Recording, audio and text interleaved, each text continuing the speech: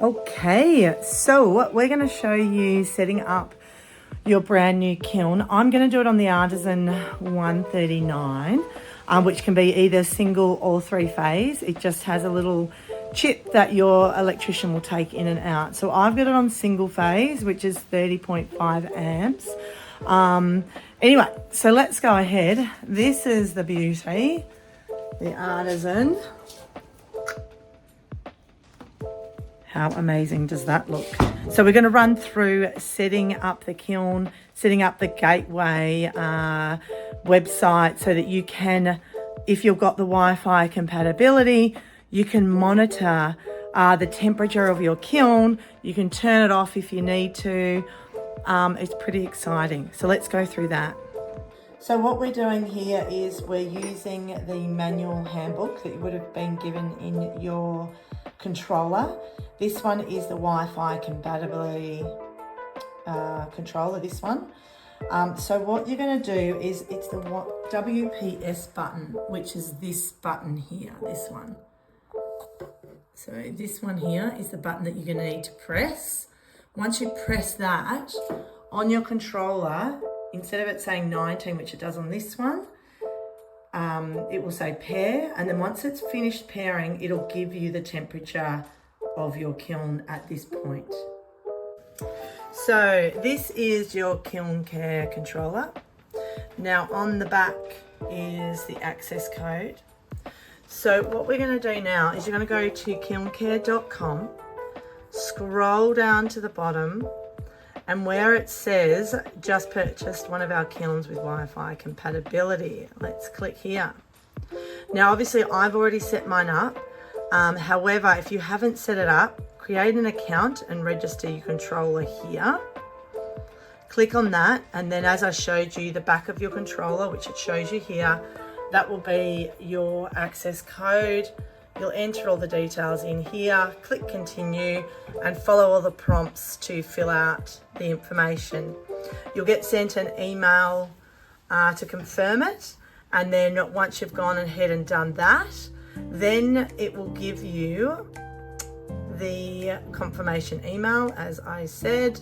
And then what you need to do is to go through, it'll come up here to connect your Wi-Fi to the server. So on this screen, mine says 14 degrees because that's the temperature at the moment. However, that will come up as pair, P-A-I-R. What you'll need to do is match that to your Wi-Fi. So let's do that. So here we are, mine's saying now 14. And then here we go, it's matched on the gateway portal. It's matched it already here. So once your Wi-Fi is connected up to the portal, then it will show you the temperature. Then you can go ahead and you can look at programs. So here we go. These are all your program numbers. These are all your temperatures, and you can click and view all of those here. Now 22 is the one that we want to do for, it's a bisque fire. 22, 23 is what we want to do though in order to season the kiln. Okay, so what we're now looking at is the manual here. And we're going through to the initial firing, which here it's telling you it's already programmed for you in program 22. So then we're going up to the 22 program here and clicking to view. So we'll click that to view, and then it'll tell you it's just one segment, 85 degrees per hour. The soak temperature's at 1,000 and there's no soak time. So it's not sitting at 1,000, it'll just get to 1,000. So then we go back here, and so these are all the programs that are already programmed in. And then there's also ones that are unused. So you can go down here, unused, and you can create your own firing schedules. Or you can use these firing schedules that are already here. Now, as mentioned, I have the Artisan 139. which can either be single or 3-phase. It just has a pin removed or put in, depending. And you can change that at any time, which is a great highlight for the artisan kilns, is that you can make them single or 3-phase. Now, I just want to show you where your controller is connected. Down at the side of the kiln there.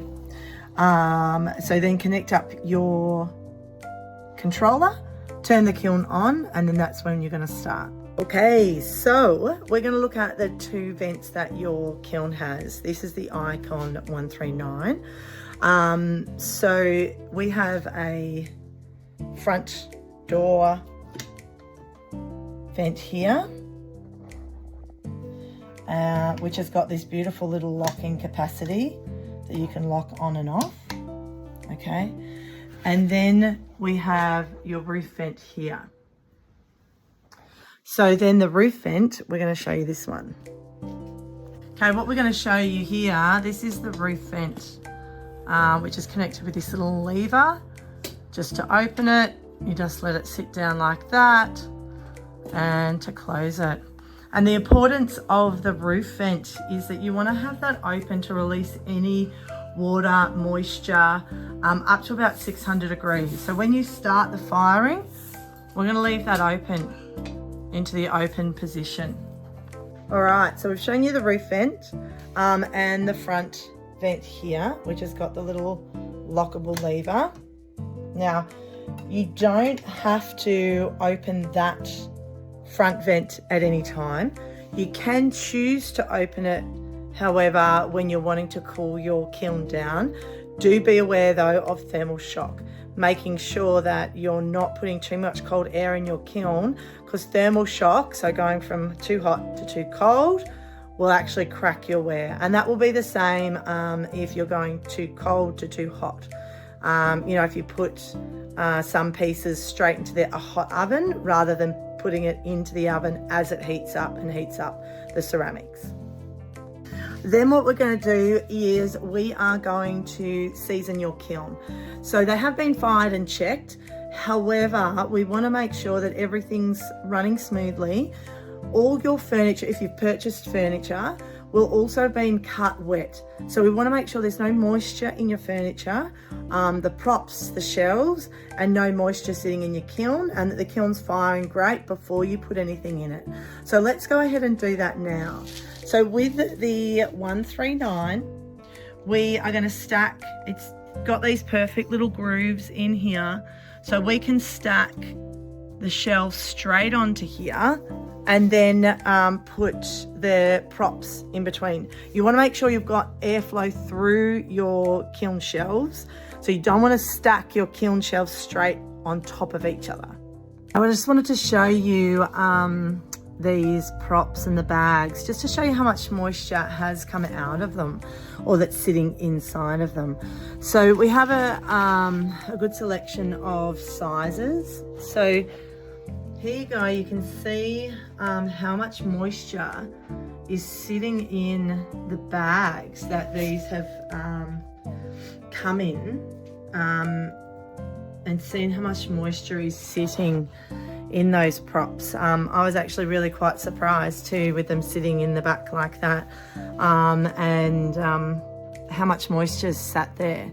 So what we're going to do is now we're going to go ahead and stack these into the shelves, or into the kiln, the shelves and the props. Now I've started to stack them up, but obviously when you do your own kiln, you don't need so many props. You might need 3 per shelf, you might need 4 per shelf.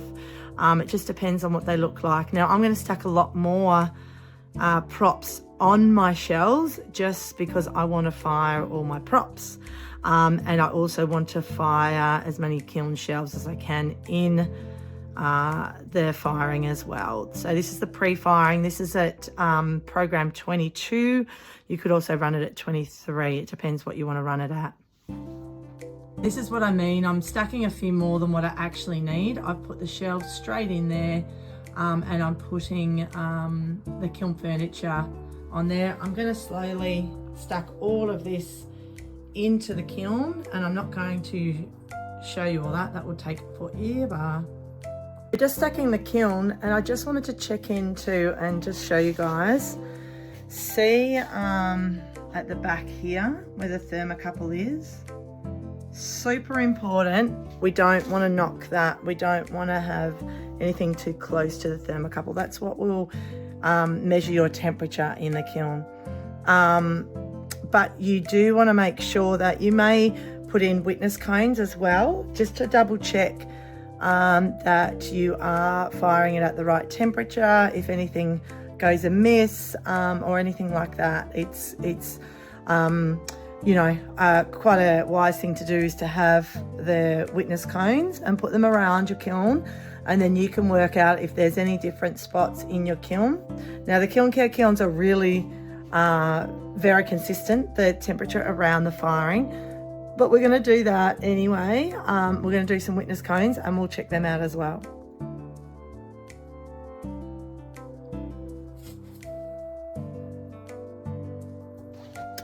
All right, one of the main really important things is to make sure you've read the manual and keep reading through the manual again and again and again. Now we're just going to talk about loading the kiln quickly. So making sure that when you're loading this kiln, that we've got the shelves on the bottom to stop any exposed wiring. We've also got the interlock system here is disconnected. So when the door is open, it's disconnected. This is this little doodad here. Okay. Now that's the automatic control that will turn off. It disconnects the elements from being on while you're working on the kiln or in the kiln. It's the interlock. So once you've put all the kiln furniture in, then we're going to put the door and make sure that's all nicely sealed, and then we'll do the interlock at the last moment. So here we go. We haven't even removed this, so I'm going to remove this. Okay, so we've just got a little note here reminding us, remove the transport bracket from the door below before attempting to open. So we've already done that, but I'm going to make sure we cut this off, because please be aware that the kiln is going to get hot on the outside. There's a little bit of information on how much room to give at the back, the front and the side, so make sure you're reading your manual for that. Okay, so we're just going to shut the door. Just one last thing about loading the kiln, actually, just be really careful that when you're putting the shelves in, you're not knocking the brickwork, because these are stronger, so if you're too rough or not paying enough attention and you knock these onto these, you will start to chip away at the bricks. So be really careful when you're loading your kiln. So what we're going to do, we're just going to shut the kiln door here, get the brackets in place, doing the screws up so that it's nice and tight here, and the bottom.